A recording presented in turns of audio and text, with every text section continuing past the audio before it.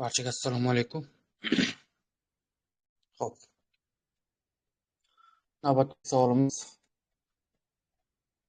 ikkinchi variant 8-savol. Olimlarning yozgan asarlari bo'yicha to'g'ri juftlang debdi.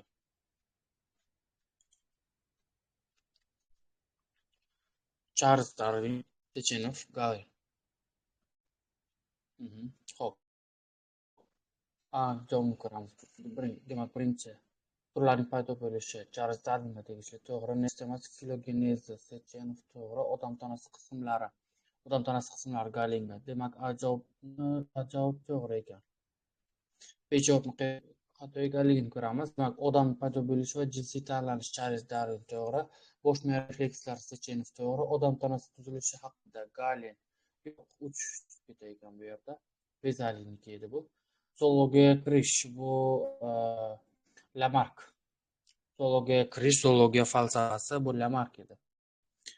Chiqib ketdi, shuncha javob chiqib ketdi. Zoologiya falsafasi yana bu. Javob A bo'ldi.